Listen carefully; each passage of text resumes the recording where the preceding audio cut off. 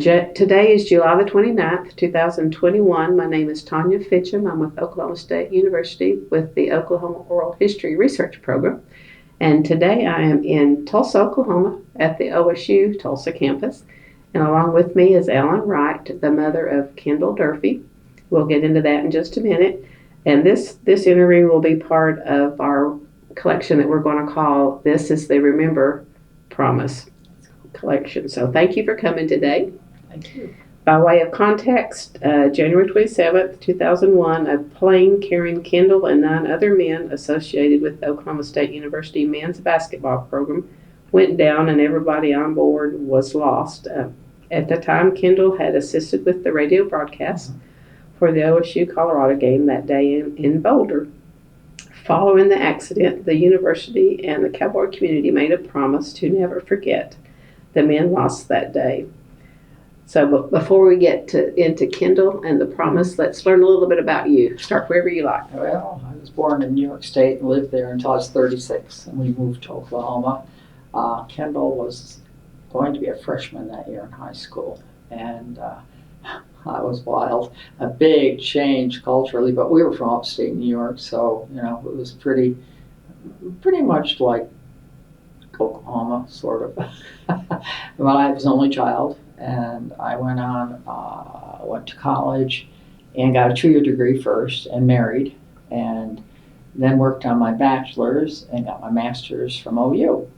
So couldn't not. I had school teachers all around me, and my husband was a college professor, so I sort of had to stay with the trend. But I've enjoyed it. I really have liked Oklahoma, and it was a challenge when I went to OU. It was a whole challenge. For one thing, my kids were all OSU, so it was a change. They used to kid me about, "What happened to your team, Mom?"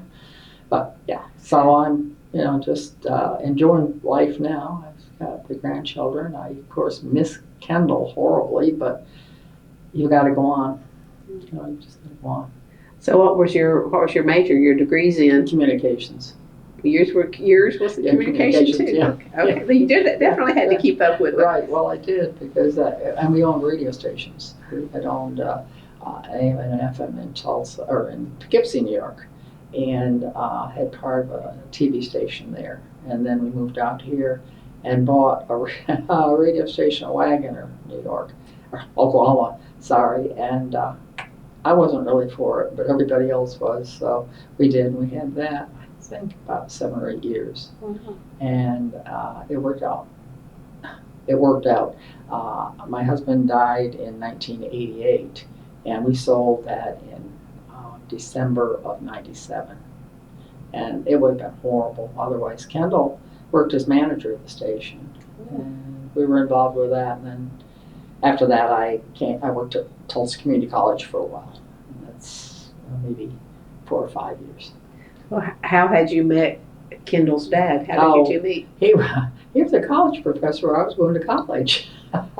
And that was kind of off limits at that time. It was started in 59, graduated in 59 from high school. And I would work late. I was doing a lot of artwork and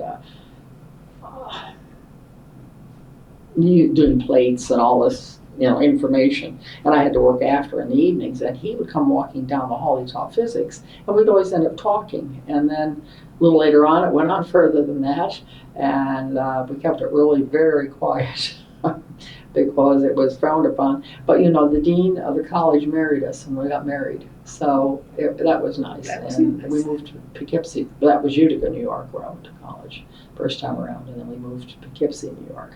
And Tom taught at college there, and we owned the AM and an FM radio station there, and I worked there a little bit. Had the kids, so I was just kind of in and out doing things, not full time. I was glad I could stay home with the kids. And then we moved out here in '77, and Tom died in '88. So 11 years. Yeah. So we were in Oklahoma, and I always thought I'd go back east because all my relatives were there. But the kids were growing up, and they were, So Amy went back, my oldest daughter went back to New York State to finish her degree because they were looking for teachers at that point. They weren't looking for Oklahoma too much then. And so I had the other three here. And I thought, I own my house, why not stay? And I did. I stayed. And continue to stay. And I'm still here. I guess I'm here for the duration.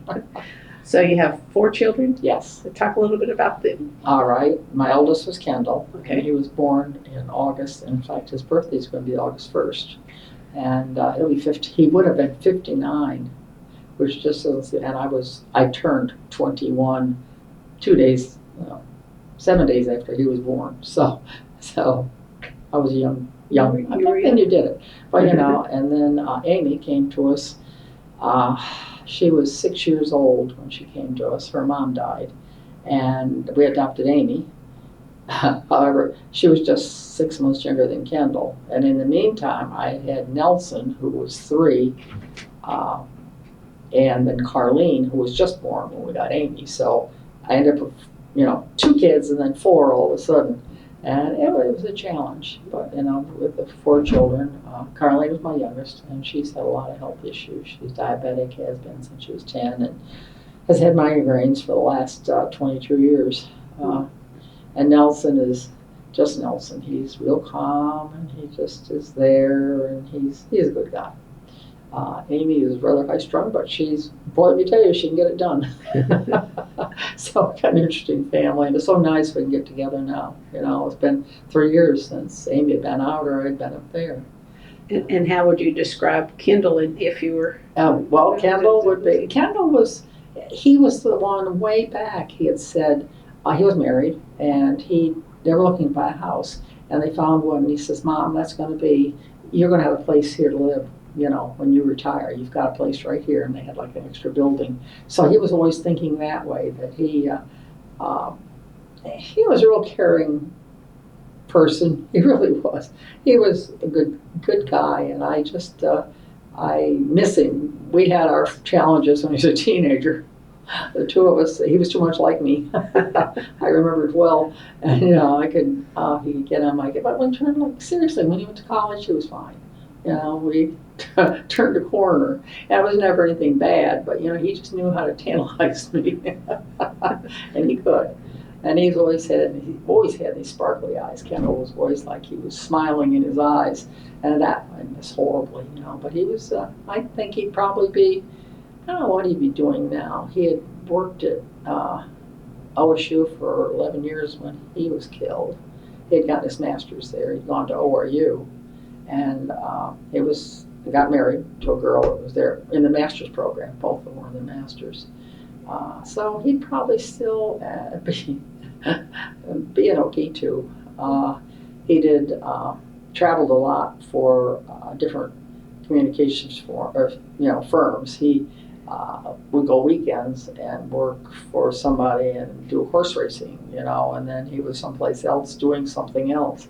But we were always in communications from the time the kids were born, because literally Kendall was brought home to Broadcast House, which we were building into the actual building for the radio station, and we got the permit that we could go on the air, I think, just after he was born. Wow. And so his bedroom was the announce booth eventually for the station. So the kids, all of them grew up in it, just broadcasting, and that's what they're involved with. Yeah, Nelson works at Channel 2, and interesting lifestyle.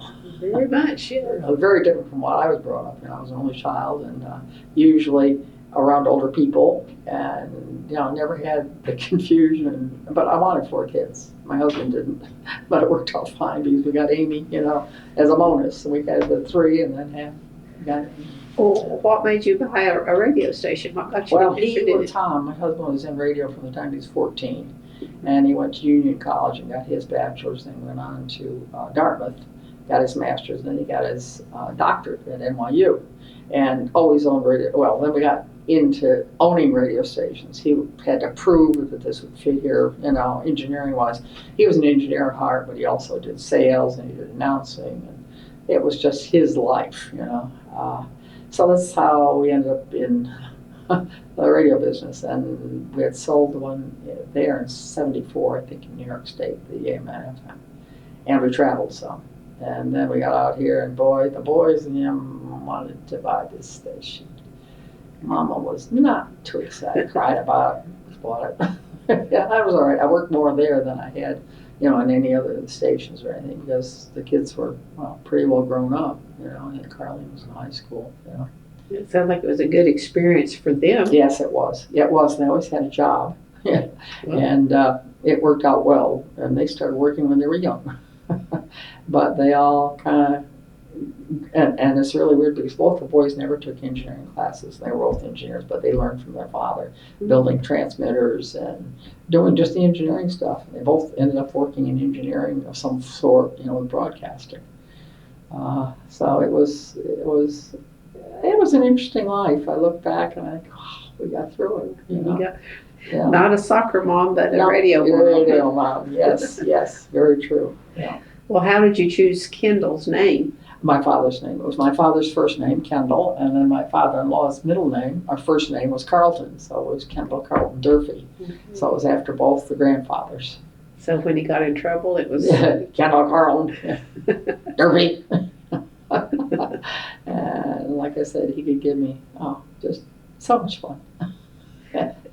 Did he share a room with? Yes, with Nelson. With Nelson? Yeah, they had bedrooms together, and that tended to be interesting because Kendall was pretty much a neat freak, and Nelson wasn't.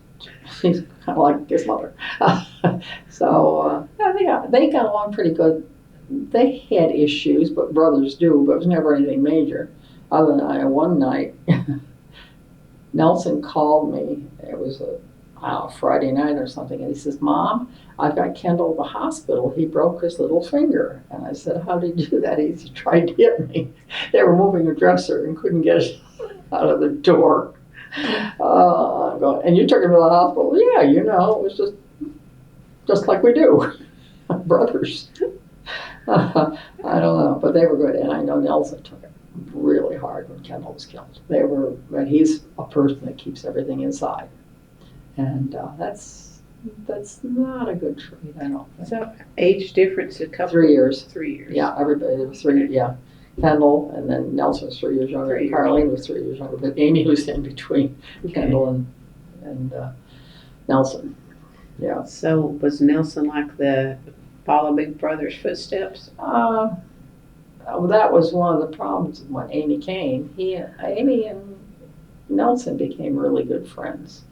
And I think sometimes it was good Kendall should have been an only child. But, it was really funny because I think that hurt for a while, but then they were all fine with it. Amy and Carlene had a room together, and that was 6 years difference, in age. And I know little sisters can be annoying. Yep. But they worked it out. Nobody killed each other, so what can I say?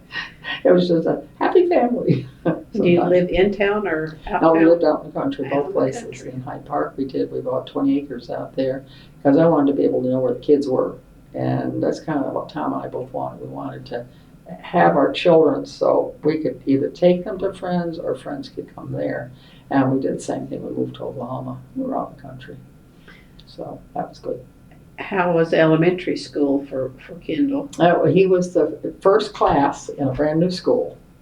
And that was pretty cool. I was active with the PTA and all that. And I know they had a creek there, and they were not supposed to go in. This was kindergarten. And the principal called me. He says, "Mrs. Durfey, Kendall's in the office with about 4 other boys. They were wading in the creek catching crabs or something, I thought that's a good way to start your school off.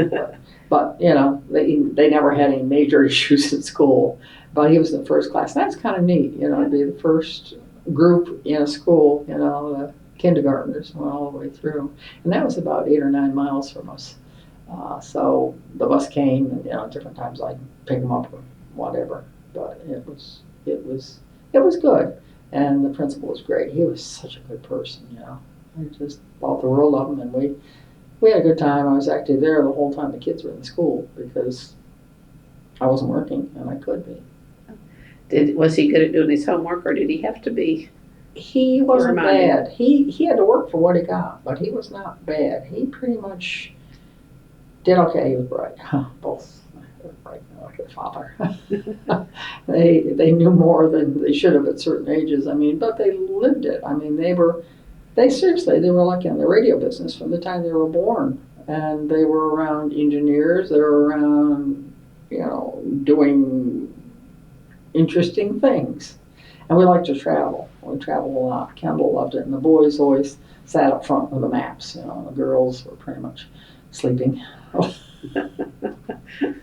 We can take this stuff up.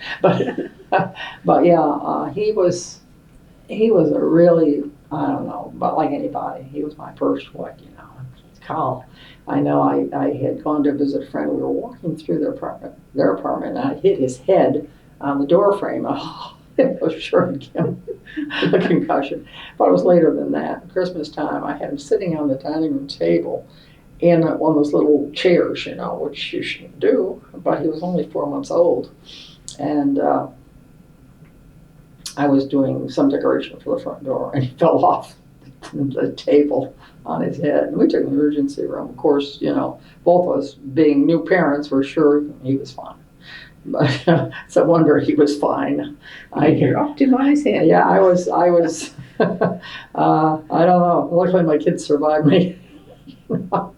But they were always going and doing too. They had big thing. They loved go-karts. I mean, just since they got old enough, they built stuff. I've got pictures. Oh my God, of this thing, and hopefully they got me a picture made up of this for Christmas or for I'm having my birthday, and I requested the picture. It's like lawn chairs hooked together with doll carriage wheels on, and then the dogs hooked up like they're pulling it, and and of course Kendall was the leader, and then they were right in it together. I mean, they played outside. I think that was good living in the country. They could do this type. They were building stuff, and never a dull moment. I know once I was in the shower, we're getting ready to go to my mother's to visit, and Kendall came screaming upstairs, "Carlene's bleeding from her head." I said, "What happened?" "Oh, I was hitting stones like you told me not to, and I got her in her head." Yeah, so, never dull. Did you do punishment? Do you remember what? Well, probably he got told again not to do it, and I think he was scared at that time, so it was good. But yeah, the kids, they were pretty restricted. I don't know. So I don't watch certain TV shows. I just didn't like what was on television then, and now, like, good luck. I don't know. I think we were really strict parents. I don't know if that's good or not. You had time out, or you had to do it. They had to do something, like go with their father, or something, and do something that he wanted. No, they just didn't get away with it. Usually, I was screaming and yelling and saying, "I don't do that," and then they would take it to heart and not do that again. Not that one again. Maybe something else. not that Could figure out something else to do. Well, with four of them, it did keep you busy. And it was, and they weren't, like we went to church, and my mother would come visit quite often, so we always, it would be Tom, and then a kid, and then my mother, and a kid, and then me, and nobody would sit together because I wanted to behave. We had certain things, and like at church, they always sat with us. They didn't go with the kids, like for church. We just wanted to do family things. Because Tom was gone a lot, and he got home, evenings late usually, because he had a full-time job, and he also had consulting, building TV and radio stations for people, and that's how the boys sort of ended up in it. So my mother-in-law always said that I brought them up well. So that was nice she said that, because Tom's never there. But, like I said, we're a pretty close family, and they didn't do a whole lot of outside, other activities. They each had a couple friends that would come and ride back with us to New York State for the summer or something. We always had my mother would go back there, and we'd have like 6 kids with us, 3 mine and 3 others. But it was a good life. You look back at times, you're tired out. But we were just, I don't know, they didn't get away with much. I didn't spank them, but they just sort of, I guess when I gritted my teeth, they knew it was time to pull back. I remember I chased Kendall once with mayonnaise jar. If I could have called him, he'd have gotten a mayonnaise jar. That was when he was a teenager. Yeah, like I said, he was like I was growing up, which was bad, you know. Crazy family, sounds like I'm a lunatic lion. Well, how was mealtime around the table? It was good. We always wait for time. We wait for Tom to come eat. So it might be 8 o'clock at night. We always ate together. He thought we should. And it wasn't bad. They entertained people sometimes when they came. We had the choir director and his wife come. They talk about the strangest things, you know, but they go along with it. But, you know, come on, kids. You know, we don't even talk about, you know, dead fish or something, you know, when we're here alone. But, you know, it was interesting life having 4 children. And they on a whole, they never got in trouble that I knew of, you know, major in school. Did they do music or sports or what? Kendall played in Hyde Park. They started violin at fourth grade, and then they recommended he went on. He played bass, string bass, all through grade school, and he came out here and went to Coita. Tom took him down and said, Kendall plays bass. So they hit him a tuba. So he played a tuba in Coita, and then he was in the ORU band. Orchestra. He went there in high school as a freshman. He started there and went 4 years in orchestra, and then he took 3 years. You know, he was going there to school, but his last year he had to drop orchestra because he had classes he had to fit in. He was musical or liked music. Yeah. He said he had he played a lot, and then Nelson saxophone and Amos flute, and Carlene started out trombone and went to soccer. So. She got out of the pattern of music, but the kids were all in band, and really, they had a lot of good friends, you know, and some of them were kind of pretty. Kendall and Nelson had a lot of kind of nerdy, you know, science type, you know, friends that were always looking into something, why this happened. That was good, you know, but they never, well, I don't know. I don't know.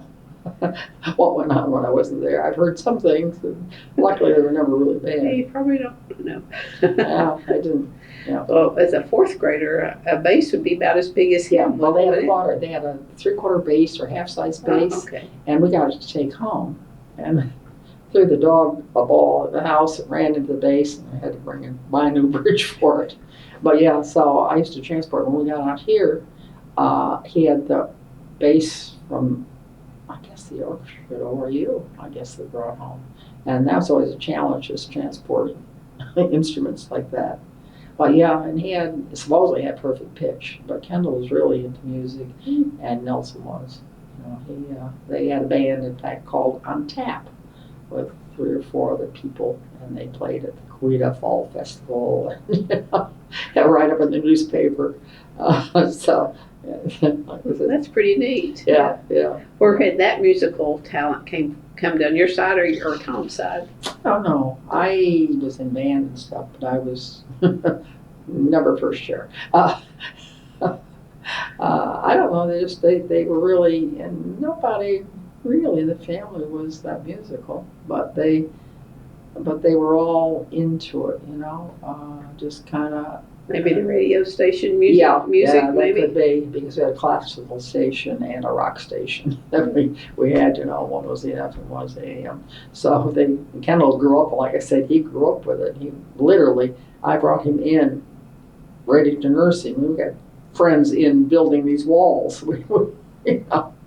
So he was in there from the time he was born, and I think we lived there until maybe he was a year old. Because we had to get the station on the air, and then we had to rent a place, so we had a place to live. We didn't have any money at that point. Imagine that. And Kendall was always healthy. He had ear infections the first year, but he was my mother's apple of her eye. Oh, she loved Kendall. Well, named after her husband, you know. And then he was the oldest, you know, how grandparents can be. But it was interesting. Was it a tough adjustment for him coming to Oklahoma? No, he was 14 or 15 when he came? Not really, yes. He was starting as a freshman in high school. In fact, Hyde Park had just gone to half days because they had to build a new school, you know, so it was a good move for high school coming out here. And we looked around Tulsa, but like again, we wanted to be out in the country. We wanted to be, so we knew where the kids were. And then they all started driving. But they had the rules. Oh, I can tell you one on Kendall. He had an old Dodge Dart given him when he started at ORU, I guess, and they rebuilt it. Tom would help him. He could do all the stuff. He didn't like it, but they did. And Kendall finally got it running. And he said, I'm going to go and show it to Joey. It was a Friday night. Joey was in the band with him. And he went. And I said, you're going to be back by, 1 o'clock. He said, oh, yeah. He didn't come back.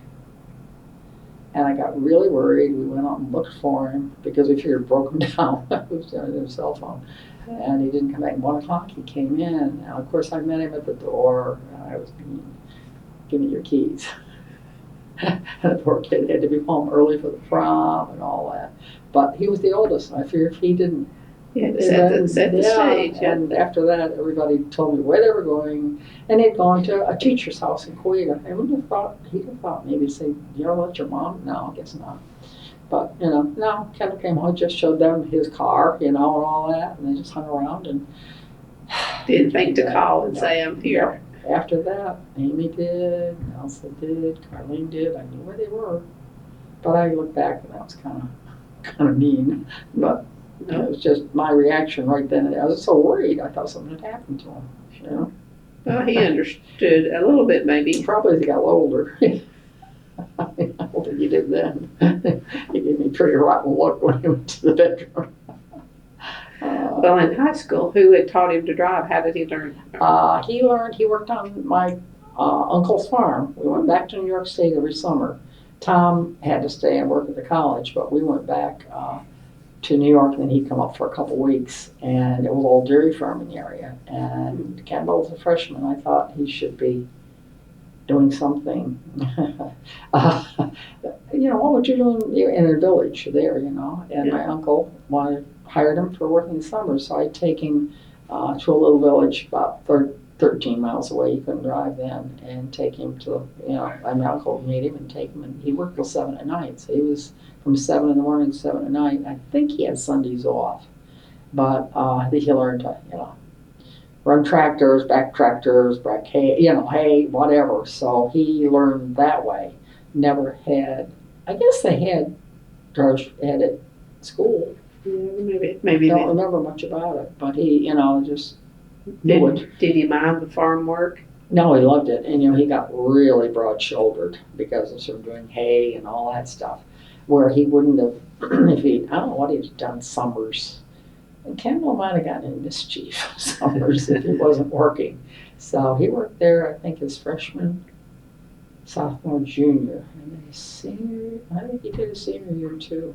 He got a Jeep 1 year for pay, and it was good for him because Tom wasn't a hunter, doing any of this stuff. But my cousin, they'd hunt woodchucks like on rainy days when they couldn't work outside. They'd hunt woodchuck, and it was good for Kendall to have that part of a life too, So it was interesting. He was pretty much worked from the time he was, young. We all did. So had a bank account early. Yes, he did. He did. And of course, they always had to, buy their own cars.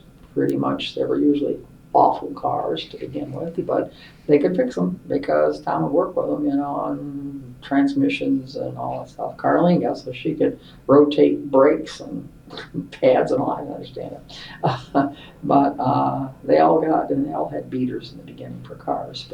And Kendall pretty much had that. In fact, I think he drove that Dodge Dart he had all through 4 years of ORU and 2 years in high school, and. Got his money's worth. And he only got a new vehicle shortly before he died. That was his first. He had a brand new pickup, Dodge diesel pickup. And I think that was the first vehicle he'd ever had new when he was, 38 years old. Up until that point, it was always, and I'm basically the same way. I don't buy new cars. I always buy something older. Mm-hmm. And he was a good driver. He had one accident. And that was the ORU parking lot. They came around a corner together, and of course the police don't come. And I remember his grandparents were visiting from New York State, my mother and father-in-law. And he came in and said, "Mom, can I talk to you?" And I said, "Yeah." And he took me, I got in a wreck. He said, I got in a wreck. And I said, well, whose fault was it? He said, well, we both came around the corner. And Tom made him get the car fixed, but they could. They pulled it out.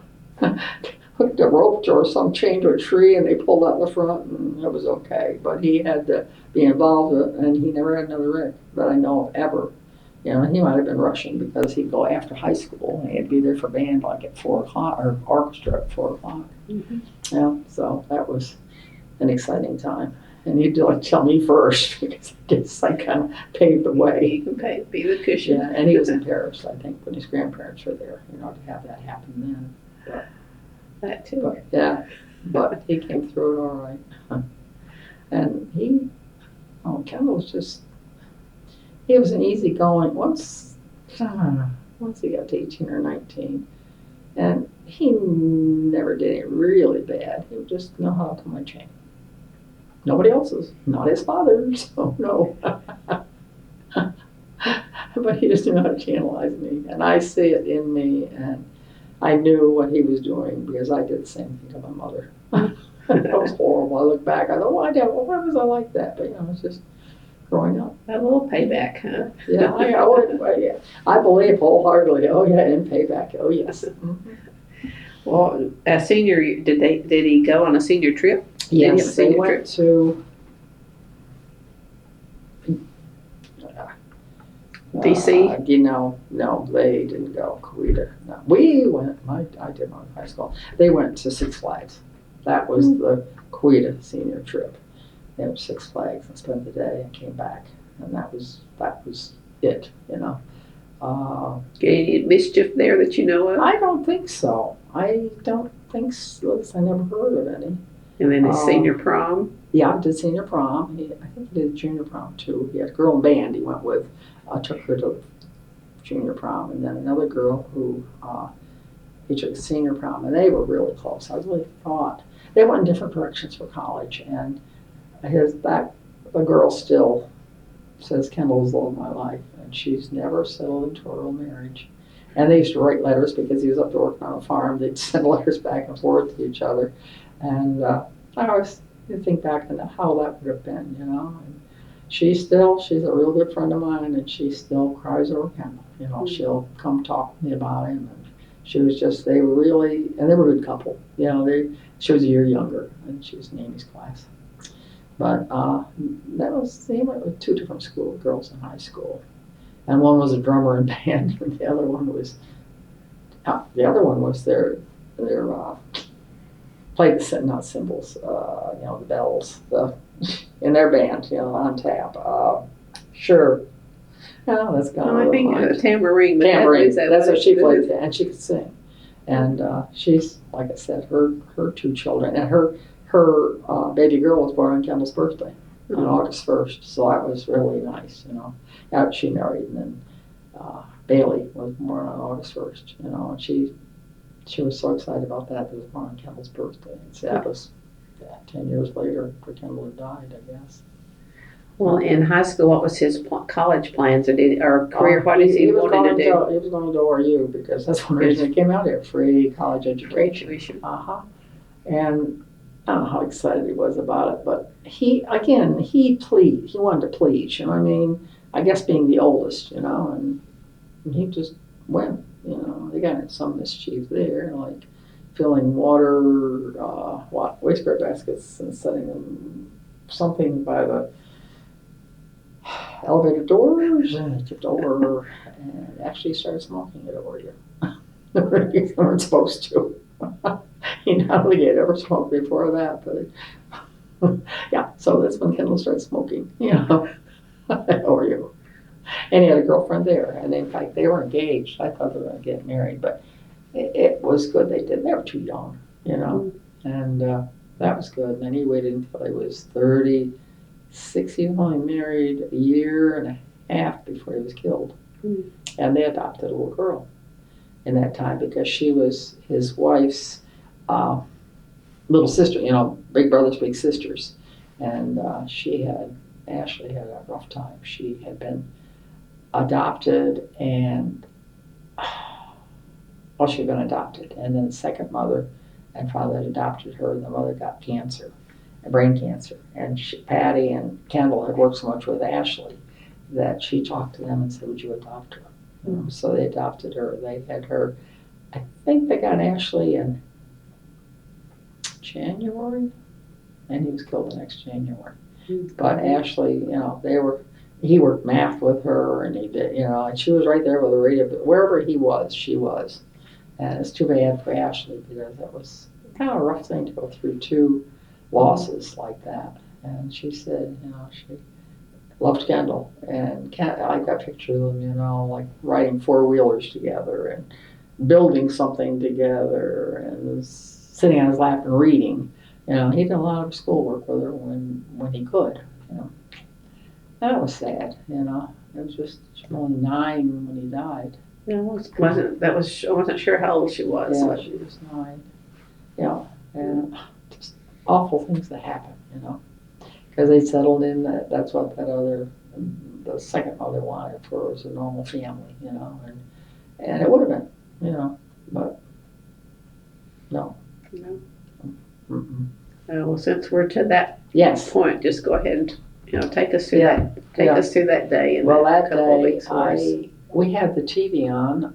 Fulton, his second husband, he liked cooking shows. He worked also in college, in fact TCC, but this was weekend, so he watched a lot of cooking shows, and I'd have those on. So we didn't have the real TV on. I mean, we didn't notice that there was anything going.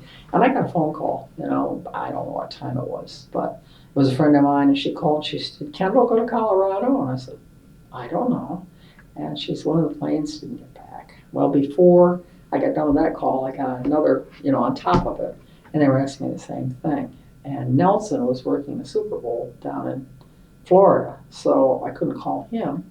And I thought, well, somebody would know. I tried calling Patty, his wife, and nobody answered. And I don't remember. I think it was Nelson. I think Nelson called somebody that knew them all, and that had gone out to the airport, and they got the information. Nelson started getting phone calls on satellite uplink trick where the boys had, so he knew he said, what's going on in Stillwater, end of January. So I think it must have been Nelson that finally told me. Isn't that weird? I don't remember.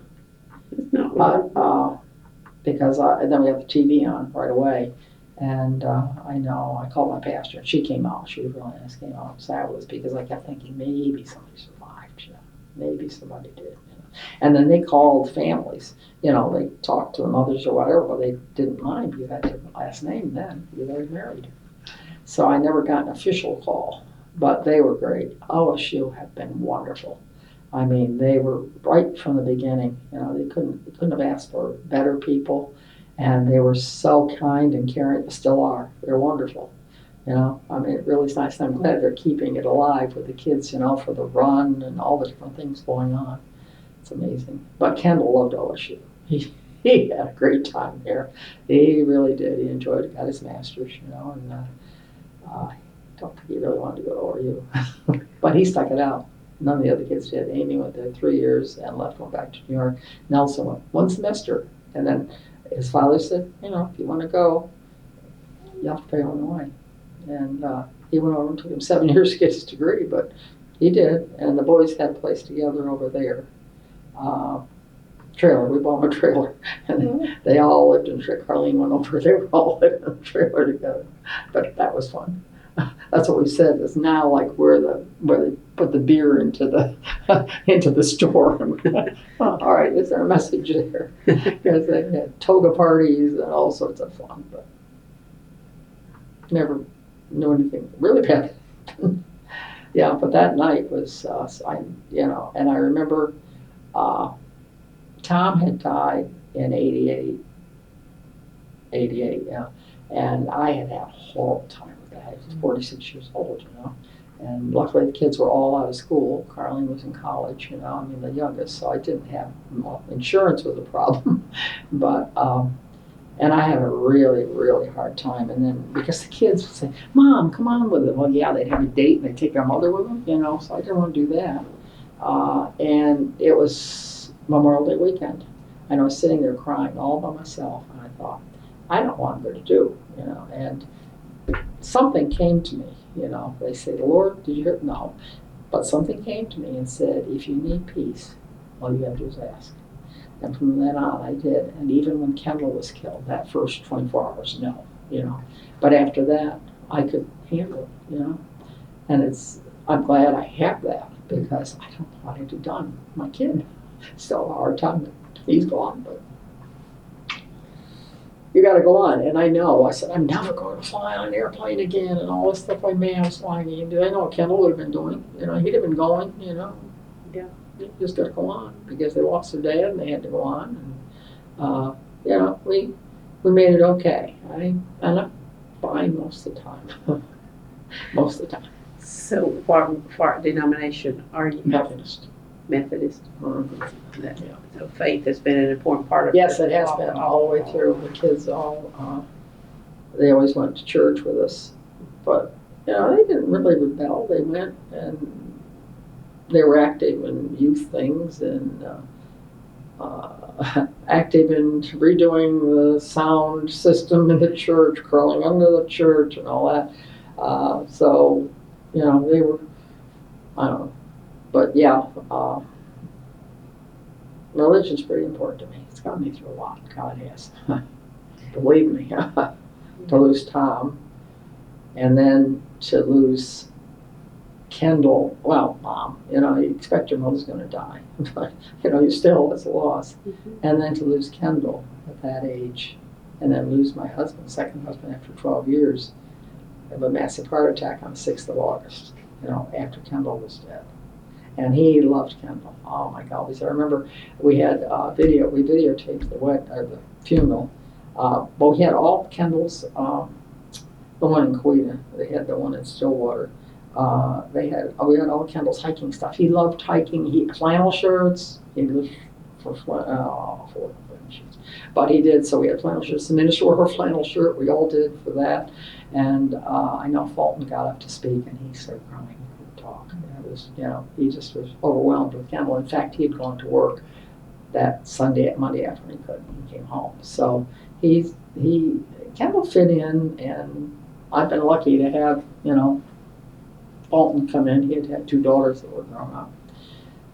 But to lose him, and then we had to go to the memorial there, and it was only like, 2 weeks, a week and a half after Fulton had died that we went up to that. So, wow, yeah, to go through both of those in 1 year. And then 9/11, Yeah, whoa.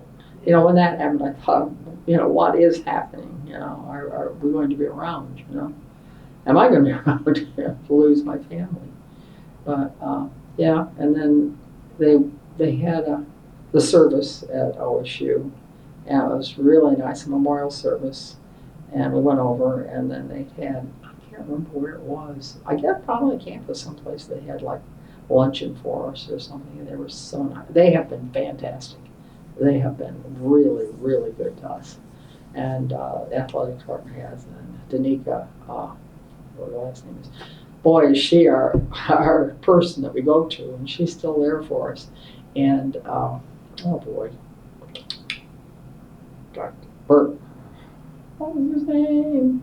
He was like, we were almost each a group signed to somebody. Yeah, I read somewhere you were assigned 2 liaisons, but I don't know. I don't know who's yours. Let's forget his name. And I think the world of him. I see him every year we go over. Oh my God! See, I'm getting old. I will go back to that.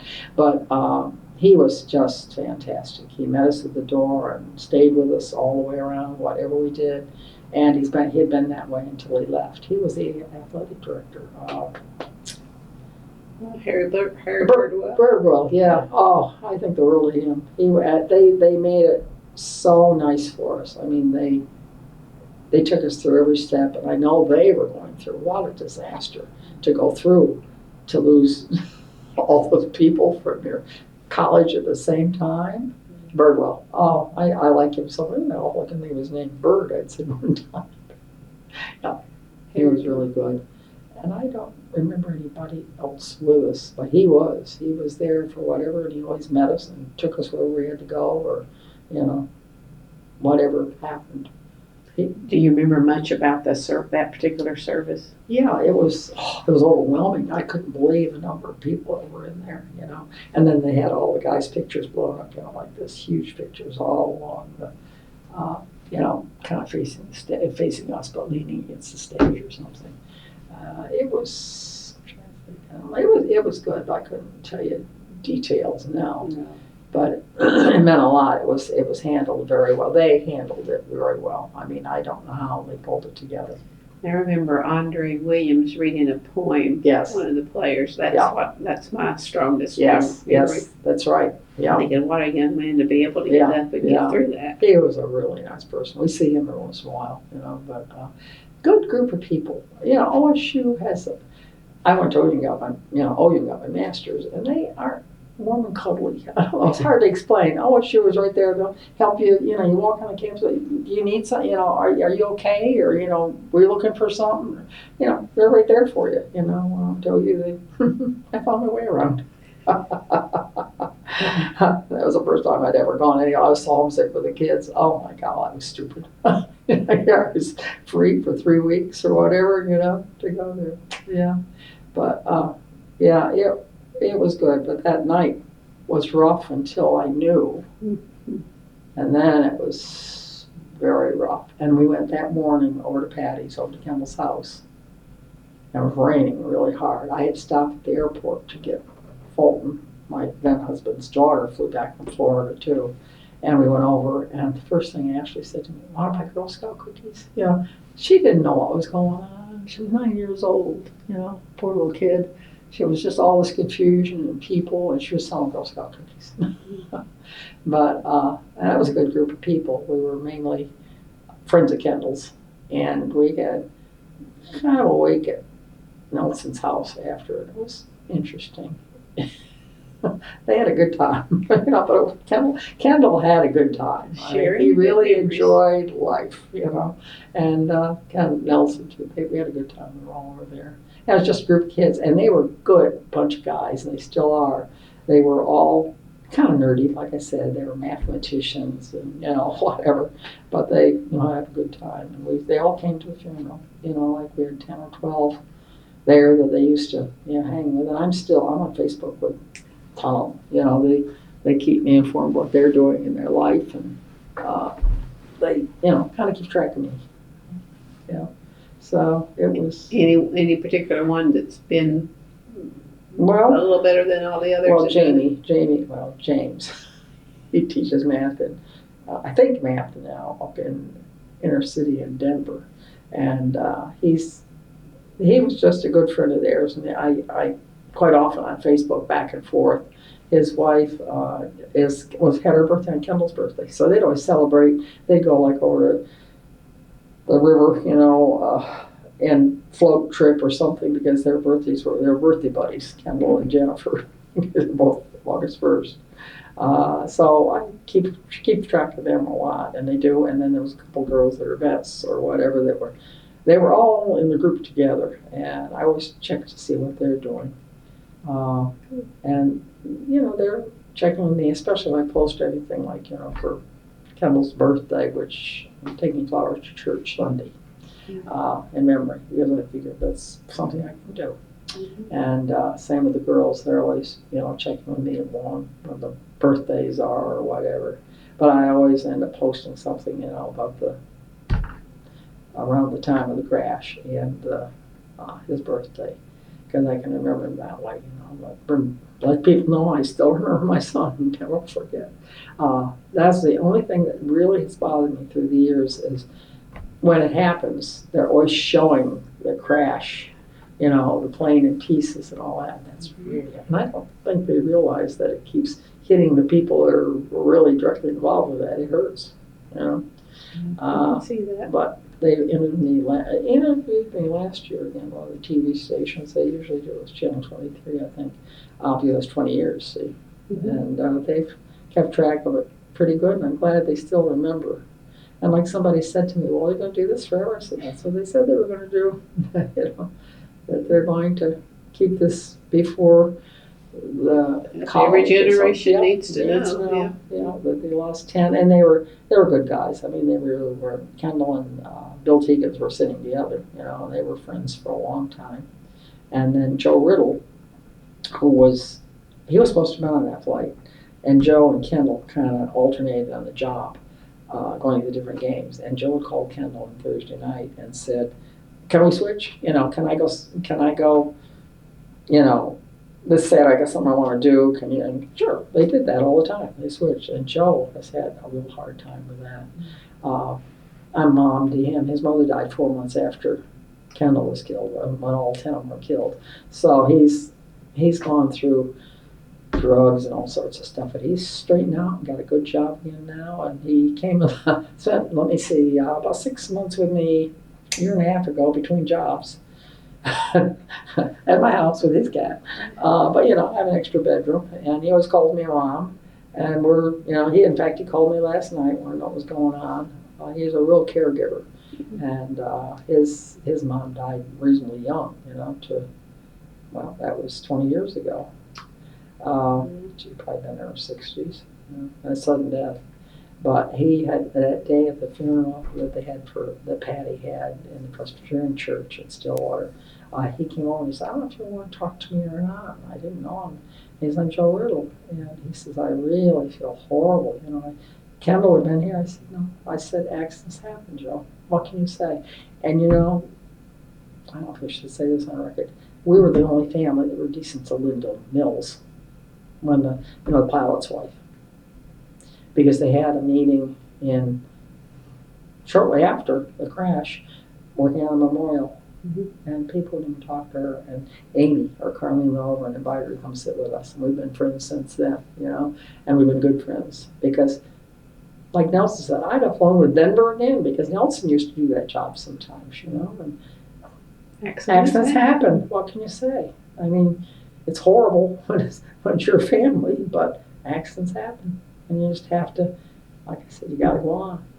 You got to go on. And I've been lucky that I've had, family or whatever, but I'm kind of a loner, so I'm fine. And you just got back from visiting the memorial. Yes. When was the last time you were there before this time? We were a year ago, October. So you go. Yeah, we hadn't. That's the first we've been in that whole time, But we went up on the end of October 19, right? Because 20 wasn't 20. Those were 21. So it was 2 years. It will be 2 years in October, and that's the first we'd gone, because when we went, they took us out on buses. And there were so many people. I don't know how many buses they had. And you couldn't even get close. Plus, it had turned really cold, and they had everything ready for really hot. Sorry, it was freezing. And we didn't really get to see the memorial that much, because it was just too many people. And so we hadn't gone back until Carlene wanted to go. And we went. And it was really nice. We had our time there all alone. The place has grown up like crazy around it. It's become almost industrial. And it was all, I think there was one house or something out there when the plane crashed. And we stay, we just like to go. I do. And we walked out to where the plane crashed. And they had the safety, airplane safety board. Some people were there, and they went out with us, and any question we had to ask, they told us, like where they were found, how they were. I never knew that until the plane had been upside down. And that was, 20 years ago that I figured that out. Of course, Carlene had gotten the whole report and read it all. She's like that, and I don't really want to know details, because you can't change it. You can't change it. Mm-hmm. So, you go on, and you go. You don't have a choice. So this time was a different experience. Yes. Just a different yeah. feel, if you want to say it that way. Yeah, and we had time to look, and we took, I made flowers up each time, we took them and put them on the fence. Last time Carlene wanted a live one, so we had those. I'm sure they lasted about 10 minutes in that wind up there. But you know, I figured whatever they wanted to do. Sure. And like Amy said, I didn't really remember much of it, Mom. I said, yeah, it was so much confusion and so many people and cold when you all had your, you know, summer clothes on. But I'm glad we went. I've tried to make sure. And Nelson's been up, I think, different times when he's worked up that way. And then what about the one in the arena? What do you mean about it? I mean, I'm sure you've Oh, been yeah. by it multiple times. Oh, yeah, so we went every time. what do you think of it? Oh, I love it. I think it's so nice that they do that they remember, and the scholarships, you know, and the money that they put in the counseling center. A lot of good people are involved, you know, really good people. How did you come up with the inscription for that? We worked on it together. We all worked on it together. We just sort of talked it over, and I think Amy was back in New York then, but you know, we always talked and sent things back and forth and put it together. Patty and, you know, Kendall's wife, and then Carlene, and we all had input, and we just kind of got it where we wanted it.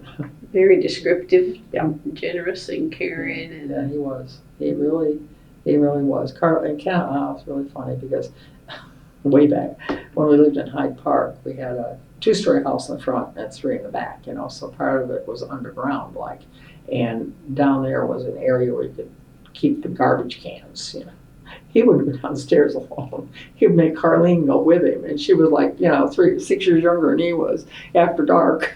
So they had an interesting relationship, but she'd do anything for her brother, you know. But it's so funny because Kendall, a big he-man, doing all these things, you know, and he didn't want to go down there alone. But some crazy things you remember, you know, about kids. Yeah, but yeah, and they have the, you know, dinners for us, and then the run. We always come over to the run. I did the first year, one in my class. I think the only one in my age. I saw that. Yes, I think I was the only one probably in my class. were you? And I finished. Well, that was 20 years ago, so I was turning 60. And I had done some running after Tom had died. I did 3 10Ks, and I did, you know, some 5Ks. And of course, I think I did my body in, because that's why I've replaced the knee and tubes and a pack. Because I shouldn't have been doing it. But I had to have something to do. You know, after Tom died, I had to have something. You know, so I go into a Fortune Park in Tulsa. It's 4 miles around. You know, I guess I take the dog in or whatever. Killed the dog from it, poor dog. We went in July, it was so hot, she came home, laid down, and died. poor Herbie, who Kendall had named. Girl dog was named Herbie, male cat was named Mabel. So Go figure. he named the animals. They're always like the opposite of what they were. Oh dear. I look back, we're a pretty crazy family, but we survived it. What was his favorite food that you cooked for him? Did he have one? Yeah, I don't think so. I think he pretty much ate anything. What did he like? Cake for dessert or? No, he didn't pies? like sweets. He didn't like. Not He wasn't a sweets. sweet. No, Didn't have a sweet I tooth. had to, you know, I'd rather have a cake or something. He'd take a little bite, but no, he was never a sweet eater, and he stayed thin. He got heavy the first semester at ORU, and he took it off because, you know, it was free eating. I mean, it's just whatever you That wanted, all that happens to a lot junk, of and he them, yeah. did. And he took it off. He never was overweight, except that one time I got a picture of him. I think, gee, Kendall, I don't look like it.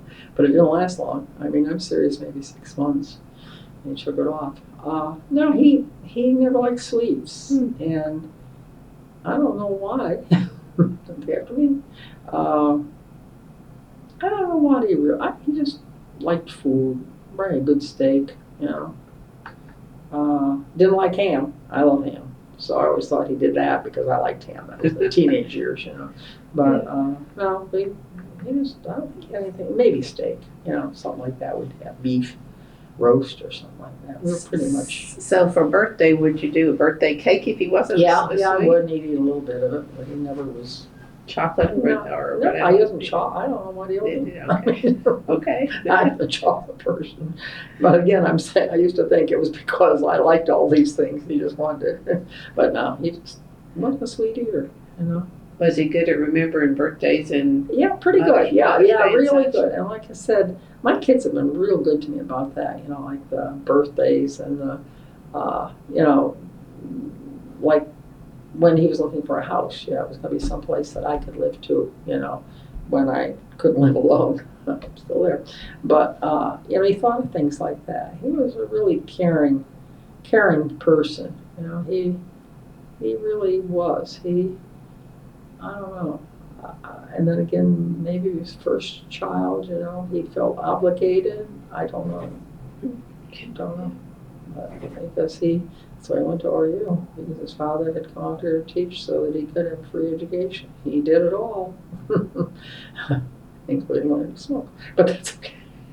Did he keep that up? He had given it up, and you know, I saw at the end he had been smoking, but he never smoked on me then, and he didn't first long, and I don't think he ever really openly smoked in front of me. He could smell it, and I know he had told me, he's, I'm really trying to give it up, Mom. We had a pool, and he was sitting there talking to me. He said, I'm really trying. He said that was so tough to start that, and then I don't think he did for maybe 3-4 years, but I noticed at the end. You know, Sports Illustrated or something did an article, and they said something about him. It's good. So he never had nicotine-stained fingers, you know, but he had a personality. I think he could be. And I think Kendall was the same way. We were like not easily influenced, but we were almost addicted to things, you know, like what we got into. We wanted to do it right, and he was that way. If he got doing something, it was going to be right, you know. And I don't know, maybe just he didn't want. His father was heavy, Tom was, and he died of heart failure, literally. I mean, he had his first heart attack in '80, and he died, you know, in '88. And he got all his weight off and kept it off, but he put it all right back. See, Nelson is like his dad, looks like him, carries like me. Kendall looked more like me. He was more. I can see myself once in a while, like when I'm driving, I look in the mirror and I'm, that's Kendall. Yeah, just something about our eyes, you know. And yet he didn't have eyes like I did. He had squinty eyes, but we looked alike, acted alike in a lot of things. Is that your phone or that's beeping? I don't think it's. Oh, maybe not. Don't put it on. I think we're good. Okay. All right. Anything else? No, I mean, I've covered pretty much what I have planned to cover. His crazy family is No, it's taking great. their afternoon.